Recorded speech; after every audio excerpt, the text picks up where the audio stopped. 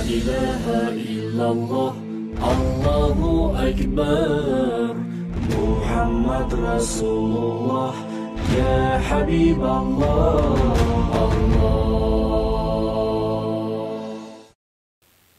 بمكا كم تركوا من جنات وعيون بليس بمكا ebitagenda kuddamu kubeerawo obugagga obwa Qarun obwogerwako mu Qur'an yabireka nabyo ne bisaanawo okumanya nti Allahu ghaniyun, Allah mugagga, Allah yeemalira, si mwetaavu eri ebitonde byonna. Oli bwe yajeema n'alaga obujeemu obw'eddaala erya waggulu, Allah fakhasafna bihi wa bidarihi al-ard, Allah n'amusaanyawo n'amakaage n'ebyobugagga bye byonna. Kati ensi terina kutwemazaamu, ensi terina kubeera nga tukozesa ebyo ebitasaanidde. Tuddeyo ku mulamwa, tuli ku mulamwa ogugamba assayru ila Allah, okwolekera eri Allah, okudda eri Allah, okukwata amakubo agakutuusa mu kusiimisa Allahu tabaraka taala, nga mwekyo mwe muli okwesiima ku duniya eno, eduniya ya Allah, era nga mwe muli okwesiima ku nkomerero nga tuzzeeyo mu maaso ga Allah.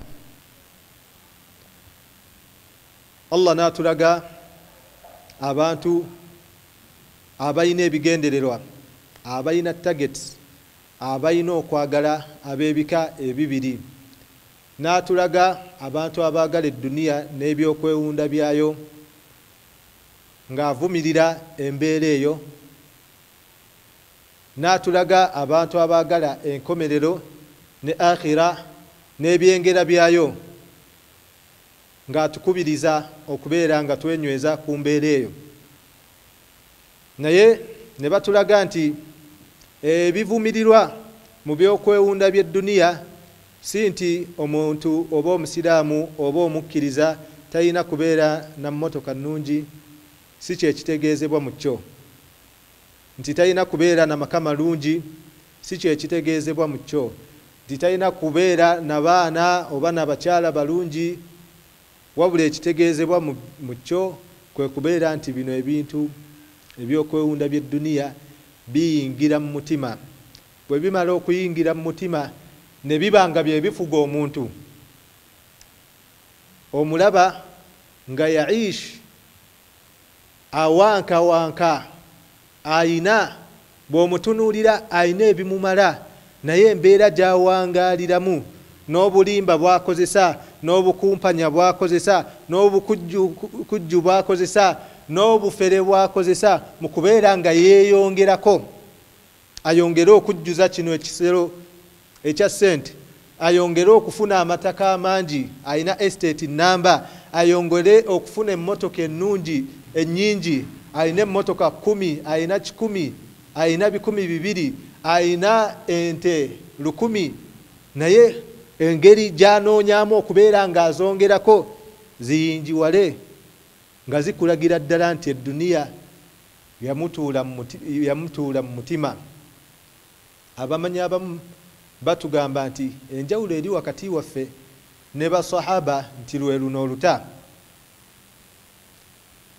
nti bo edduniya tebagikkiriza kuyingira mu bifuba byabwe, bagiraba nti kintu kya bulijjo, kyova olaba kyabanguyira okuwaayo byonna. Omubaka wa Allah sallallahu alayhi wa sallama nga kyekyokulabirako ekyawaggulu, yali Jawad, yali mugabi nnyo nnyo nnyo, ku level etuuka okubeera nti teyasigazanga kintu, teyasuzanga maali mu makage. Ate mwana wattu nga yali mugagga. Ma radda sa'ilan, teyazzangayo omuntu yenna amusaba, ya Rasulallah njagala kino. N'ekirabo kye bamutonedde, sahaba n'agamba ya Rasulallah kimpe, Rasula yakwatanga n'akola ki? N'abiwaayo. Rasulu sallallahu alayhi wa sallama yagaba olugaba olutatya bwavu kubanga yategeera eduniya teriimu kantu. Allah yamuwa mafatihu khazainul ard, yamuwa ebyobugagga byensi, n'agamba singa ayagala olusozi Uhudi, twala ekyokulabirako olusozi olukuliraanye oba akasozi konna akakuliraanye, singa yali ayagala Allah yandirumufuulidde zaabu. Naye Rasulu n'agaana kubanga amanyi obulamu buno obwensi tebulina kye bwenkana mu maaso ga Allah, tebulina kye bwenkana ne bw'owangaala emyaka 100 n'obw'owangaala emyaka 100. Tunuulira abazadde bakadde baffe abatuzaala, batandika okukola nga tetunnazaalibwa. Tuzaalibwa bakyakola, kitegeeza nti tekiriiko kkomo, tekiriiko budde. N'oyo gw'olaba nti alina kubeera ku retirement akyanoonya ssente, ne weebuuza ssente z'anoonya, anoonya zaaki era anoonya zaani?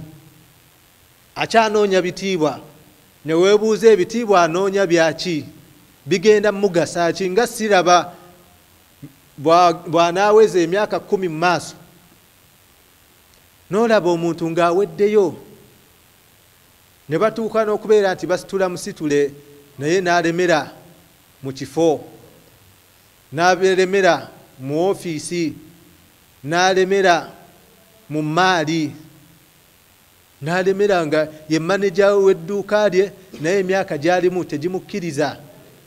Naye n'agamba wano sivaawo, bano abazzukulu bajja kunziba, abazzukulu bajja kumubba, emaali eno gy'alwanira agenda agitwala wa? Obuwangazi bwe buweddeko, naye nga afuba okubeera nga akola ki? Lwaki? Edduniya yayingira mu mutima, edduniya yanywera mu mutima. N'olaba omuvubuka amaanyi ge n'agakozesa mu kujeemera Allah, n'akola obwonoonefu obwa buli kika, n'ayagala mu makubo amatuufu n'agatali matuufu, era n'afuba okulaba nti abyetuusaako mu mbeera eyo. Eyo embeera evumirirwa mu kwagala edduniya. Okwagala edduniya tekuvumirirwa nti tugyesonyiwe, oleme kuzimba nju nnungi, oleme kubeera nakamono kakalungi, oleme kubeera na saati nnungi oba ekkanzu ennungi, oleme kubeera mu bulamu obweyagaza, wabula okubeera nti ensi n'ebyokwewunda byayo byofudde ekigendererwa mu bulamu bwo obwensi, kyekivumirirwa ne kituusa ku level nti Allah akusuubiza okubeera ng'abonereza omuddo oyo ayagadde ensi okutuuka ku level eyo n'amusuubiza omuliro. Ku lwaki? Bw'atuuka ku level eyo agenda kukola buli kikolobero Allah kye yaziyiza, agenda kutta, agenda kugatta ku Allah, anoonya bugagga, anoonya mwana agende mu masabo, anoonya bitiibwa agende mu shiriki, anoonya bukuumi akole ebiteetaagisa. Omuntu edduniya bwe mutuula mu mutima ajja kukola buli kimu. Mu abagenda okwewuunya nti ku bino by'alina ne kino akikoze ayongereko, omwewuunya naye kubanga omutima gwe gwekwata ku bulamu obwensi n'abufuula nti kyekigendererwa, talinaayo haya, talinaayo bulamu oluvannyuma lw'obwo, n'ayonooneramu buli kimu, n'akoleramu ebikolobero ebya buli kika. Ebikolobero ebyo ebimutuusa ku bibonerezo bya Allahu tabaraka wa taala byagamba, man kana yuridu al-ajilata ajjalna lahu fiha ma nasha'u liman nurid thumma ja'alna lahu jahannama yaslaha madhmuman madhura. Ebibonerezo ebyo agenda bituukamu ku lw'okwagala nnyo ensi nga teyeepimidde, ku lw'okwagala nnyo obulamu buno obwensi nga teyeerekedde. Waman arada al-akhira Allah najja n'ayogera ku muridu al-akhira, omuntu ayagala obulamu obw'enkomerero, wabula n'atakoma kubeera nti agamba nti njagala Allah n'omubaka we, abaffe ebiragiro bya Allah obiteeka mu nkola. Allah n'ayongezaako n'agamba wasa'a laha sa'yaha, omuddo oyo n'abeera nga alafuubana, akola kaweefube, ateekamu amaanyi, akola kyonna ekiri mu busobozi bwe. Kyolina okumanya nti Allah talina nsonga gye yateekawo n'agifuula nti yateekwa okuggyako nga omuddo agiinako obusobozi. Era bw'otunuulira ebintu byonna Allah bye yafuula nti byabwateekwa tuteekeddwa bikola biyingira mu haiz, mu buraketi y'okubeera nti oyina obusobozi obubituukiriza. Bw'ebeera essala, Nabbi sallallahu alaihi wasallam atugamba sallu qa'iman, saala ng'okoze eki? Ng'oyimiridde. Fa in lam tastati' fa qa'idan, bw'oba tosobodde kuyimirira, essala yo esigala yabwateekwa, saala ng'otudde. Fa in lam tastati' fa ala jamb, bw'oba tosobodde kubeera ng'osaala ng'otudde, essala togivaako, wabula saala ng'okoze eki? Ng'ogalamidde. Nekiraga nti byonna Allah tunuulira. Wama ja'ala alaykum fi ddiini min haraj, Allah teyabateerawo bukalubu bwonna mu ddiini. Eddiini etambulira ku yusur. Addiinu yusrun, obusiraamu bwangu nnyo, obusiraamu bwangu nnyo, obusiraamu bwangu nnyo.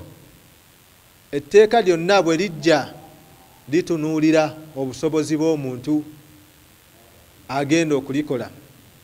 Kyova olaba zaka teyateekebwawo nti buli musiraamu yenna ayina muwa. Hijja si abasiraamu bonna okubeera nga bakola ki? Nga bagikola, wabula eriko akakwakkulizo nti liman istata'a ilayhi sabila, ayina obusobozi, kubanga birimu okukwata mu nsawo, ate abalina obusobozi obw'okukwata mu nsawo be batono. So bw'otunuulira faraidu zonna, bwe kuba kusiiba era abakulinako obusobozi, Allah n'abanga ajjamu abalwadde, waman kana minkum maridan aw ala safarin fa'iddatun min ayamin ukhar, okusiibwa kwatteekwa kuffe ffenna, naye omulwadde oba omukadde atasobola oba omwana omuto ne babeera nga abantu abo baggibwamu.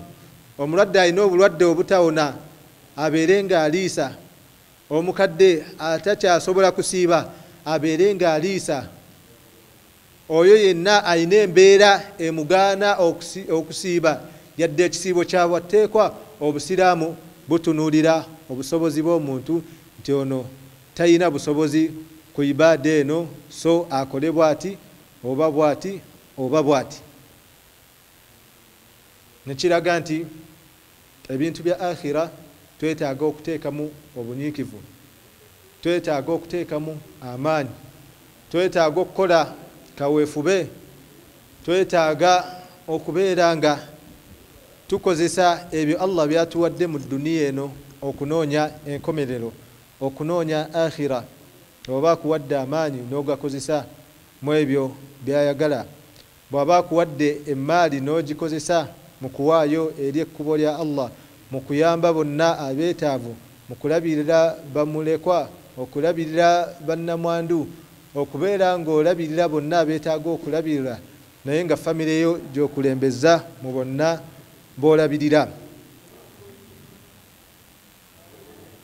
So yenna ayagala okukwata ekkubo eryo erimuzza eri Allah alina okubeera nga akwata oba yeekwata ku kitabo kya Allah, kubanga mwe tujja ebyo ebituzza eri Allah, alina okwekwata ku njigiriza y'omubaka Muhammadin sallallahu alaihi wasallama, kubanga ye Qur'ani etambula, oba mu nkola ze, mu bulamu bwe, mu buwangaazi bwe, mwe tutegeerera amateeka ga Qur'an, mwe tutegeerera amateeka ga Allah, butya bwe tugassa mu nkola. Saba Allah ateeke mu abo abategeera ebigambo ebyo. Nga tukyagenda mu maaso ne irada okubeera nti twagala okubeera nti tukwata ekkubo erituzza eri Allah, okubeera nti tufuna as-saada fi ddarain, okwesiima mu duniya ne mu akhira. Tulina okubeera nga tukwata amakubo ago agatuyamba okutuuka ku ddaala eryo, nti tasiiru, otambulira mu kkubo eryo Allah lyakwagalamu. Mu bimu ku byo gwayagala okwolekera eri Allah, gwayagala okudda eri Allah, gwayagala okufuna okusiimibwa kwa Allahu tabaraka wa taala. Mu bimu ku byo byolina okutandika nabyo, naddala mu guno omwezi ogw'ekitiibwa, omwezi ogwa Ramadan, shahru tawba, omwezi ogw'okwenenya, shahru sabr, omwezi ogw'obugumiikiriza, omwezi ogw'ebirungi ebingi. Kwe kubeera nti tusahih at-tawba, olongoosa tawba yo, olongoosa okwenenyako, ne weenenyeza Allahu tabaraka wa taala, kubanga ffenna tuli basobya, naye omusobya omulungi yoyo eyeenenyeza Allah, okwenenya okw'amazima, okwenenya okwannamaddala, okubeera nti osookera ku kwewala amazambi gonna g'obadde okola, n'obeera nga weesonyiwa ebibi byonna, n'oleka obwenzi, n'oleka obukumpanya, n'oleka obufere n'obulimba, n'olekayo byonna ebyo Allah bye yaziyiza, n'okola tawba, ne weenenyeza Allahu tabaraka wa taala. Al-iqlaa'u min al-ma'siya, ne weesonyiwa, ne weesamba, n'oleka amazambi gonna, n'oleka haramu yenna, n'obeera nga obirekera ddala n'obyesamba. Siteepu ey'okubiri, annadamu ala ma faata, okubeera nga wejjusa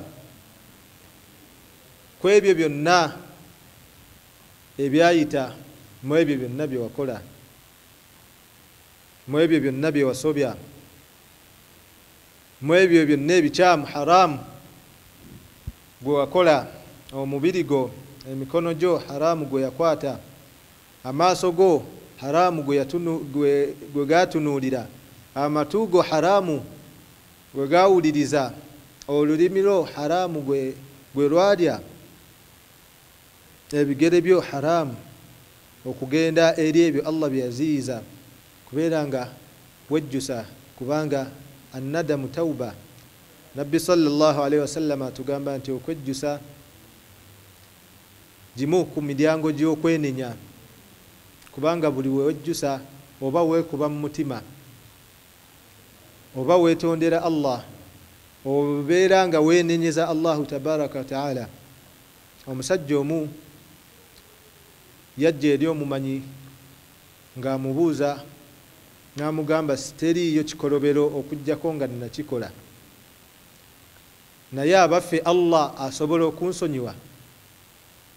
Omumanyi oyo n'amugamba nti Allah asonyiwa ebibi byonna, ebbanga ly'omala ng'okwenenyako kwa mazima, okwenenyako okutegeeza, tekuliimu kubeera nga ogamba kankole nzireyo, Ramadani bweggwa tuddeyo mu byaffe. Ramadani bweggwa tuddeyo mu ddiiru ziri enkyamu wabula okwenenya okw'amazima omusajja n'afuluma ng'agenda okwenenya naye abaagenda n'akomawo najja n'abuuza sheekhe oba omumanyi ono n'agamba kyogamba kaana allahu yattali'u alayya byonna bye nalinga nkola ebisobyo byonna bye nakola obulimba bwonna bwe nakola obukumpanya bwonna bwe nakola obubbi bwonna bwe nakola kino kye nakola kiri kye nakola Allah yali andaba Allah yali andaba mu mbeera yange gye ndimu n'agamba Allah yali akulaba fakharra mayitan omusajja ku lw'okufumiitiriza ku mbeera eyo nti Allah n'abanga ndaba nga mmujeemera Allah n'andaba nga nnyaga ebintu by'abantu Allah n'andaba nga nkola kino Allah n'andaba nga nkola kiri Allah n'abanga tambonerezanga okutuusa olunaku luno ku lw'okufumiitiriza ku mbeera eyo ku lw'okubeera nti istahdara azamati llah fi qalbi yabeeranga alowooza ku bugulumivu bwa Allah n'ekisa kya Allah n'obukwatampola Allah bw'ayina n'okusonyiwa Allah k'ayina nti walau yuakhidhu llahu nnasa bima kasabu ma taraka alaiha min dabba singa Allah yali akwata ku buli muntu ku lw'ezambi ly'aba akoze mu kaseera ako tekwandisigadde muntu ku nsi eno naye Allah atuwa akaseera twenenye Allah atugumiikiriza Allah atukwata mpola Allah atusonyiwa mulimu omuntu akola ekintu naawe kennyini n'omulamula n'ogamba ono singa nze yali agaba ejjana ono sandikoze eki sandigimuwadde naye Allah n'amulindiikiriza Allah n'amusaasira Allah n'amuwa riziki n'amuwa obulamu n'amuwa ebyokulya n'amuwa ebyokunywa n'amuwa emaali n'amuwa obugagga n'amuwa abaana n'amuwa abakyala n'amuwa buli kimu naye n'agenda mu maaso okubeera nga ajeema n'agenda mu maaso okubeera nga atta n'agenda mu maaso okubeera nga akutulawo oluganda n'agenda mu maaso okubeera nga akumpanya n'agenda mu maaso okubeera nga abba n'agenda mu maaso n'akola ebikolobero byonna naye Allah n'amulindiikiriza Allah n'amuwa omukisa Allah n'amuwa chance kati ono omusajja kye yali abuuza eyo embeera yonna nga Allah ndaba n'atambonereza buli omu bwe weebuuza wootudde ng'osiriikiridde n'olowooza ku mwezi gumu emabega emyezi ebiri emabega n'otandika okubala n'otunuulira wa gy'obadde oyita sente z'obadde oyingiza mu nsawo yo ebigambo by'obadde ofulumya mu kamwako ebigambo by'obadde ofulumya ku basiraamu banno ebigambo by'obadde oyogera ku bantu okugeya kwogeyezza ebivumo by'ofulumizza ebigambo ebinene n'ebitono okukutula oluganda n'embeera endala bw'ofumiitiriza ku mbeera ezo zonna nga Allahu muttali'un alaik Allah abadde akulaba omusajja teyagumiikiriza wabula yakutuka n'afa ng'oli bw'anaakutuka nti konteyina zigudde mu nnyanja ebyamaguzi by'otumizza e China ebyamaguzi by'otumizza e US bigudde mu nnyanja neyeekanga omutima ne gwabika n'akola ki n'afa naye ono ekyamukanga kwe kubeera nti byonna ne mbikola Allah n'asigala ng'akyampa riziki Allah n'asigala ng'akyampadde obulamu n'akutuka n'afa ku lwaki yakwata ekkubo erimuzza eri Allah n'ategeera obutuufu bw'okubeera nti adda eri Allahu tabaraka wa taala. So tubadde ku nsonga nti okulongoosa okwenenya, bw'omala okwesonyiwa amazambi n'ebikolobero n'ozzaako okubeera nti wejjusa. Omusajja ono kyeyakola yali yejjusa ku byonna byakoze. Ekyokusatu, al azmu alla yauda. Omwana Adamu alina okumalirira nti bino byonna byenkozeeko tawuba, amazambi gonna genneenenyezza sigenda kubeera nga ngaddamu, wabula ku lw'obunafu obw'omwana Adamu n'obunafu bw'emitima gyaffe n'obeera ng'ogaddamu. Allah akuwa chance nti buli bw'okola ezzambi ne weenenya, Allah era akuddiramu ebbanga ly'omala nti oli sadiqun fi tawba, ng'oli w'amazima mu kwenenya.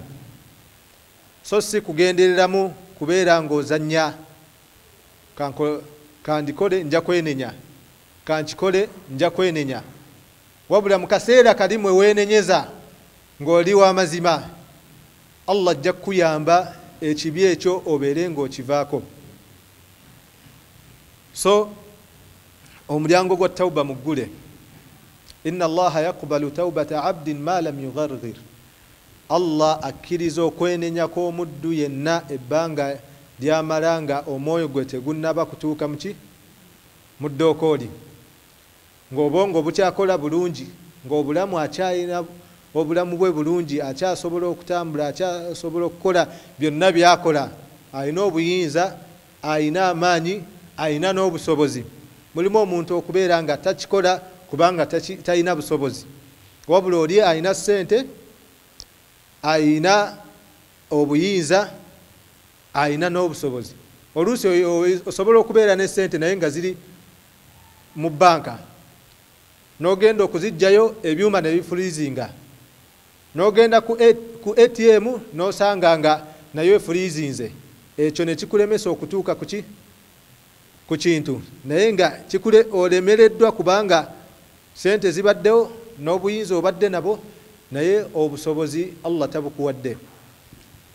Ne wabeerawo omuntu ng'alina n'obusobozi naye n'akireka ku lwa Allahu tabaraka wa taala.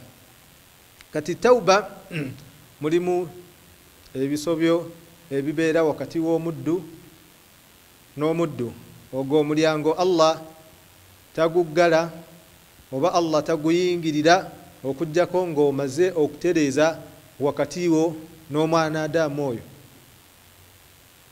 Obusiraamu butukubiriza okubeera nga tulongoosa wakati waffe ne Allah ng'omutonzi eyatutonda.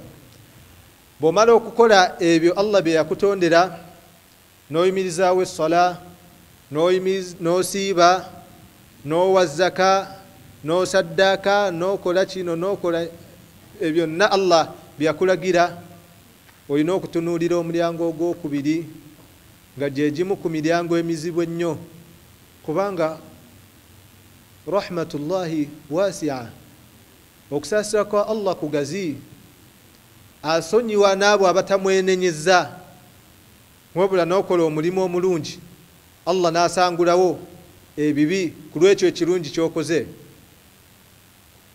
n'ofuna wuzu Allah n'akusangulako ebibi byo, n'otambula okugenda ku muzikiti Allah n'akusangulako ebibi byo, n'okola kyonna ekirungi ky'okoze oba mu bikolwa oba mu bigambo, Allah n'abeera ng'akusanguddeko, naye tomwenenyezza, just olina ekirungi ky'okoze mu ebyo bye yakulagira, Allah n'asangulawo biri ebibi. Nti omulyango gwa Allah muggule okutuusa nti ajja kusonyiwa n'abo abanaatuuka mu maaso ge nga ebibi byabwe biyitirivu, talinaayo kalungi kamu, ekirungi kyalina kimu kyokka, shahada, nti yakkiriza nti Allah ali omu, nakkiriza n'omubaka Muhammadin sallallahu alaihi wasallama, oyo omuntu Allah agenda mumusonyiwa. naye omulyango omuzibu ennyo ogugenda okubeera nga gumenyawo ebirungi ebingi omuntu byakoze, ogugenda okubeera nga gumenyawo essala ennyingi z'osadde mu buwangaazi bwo, ebisiibwa ebingi by'osiibye, hijja ennyingi z'okoze, dhikiri ennyingi z'okoze, bigenda kubeera wakati wo n'ebitonde, wakati wo n'abantu, enkolaganayo wakati wo n'abazadde bo. Osobola okulongoosa wakati wo ne Allah, naye bw'otalongoosa wakati wo n'abazadde, ebya Allah oba obigudde. Osobola okulongoosa wakati wo ne Allah n'otalongoosa eri ab'eŋŋanda zo, ewa Allah oba ogudde. Osobola okulongoosa ewa Allah essala n'ogisaala mu biseera byayo, obusiraamu n'obulabika, naye neiba najja n'afuuka ensonga ekuyingiza mu muliro.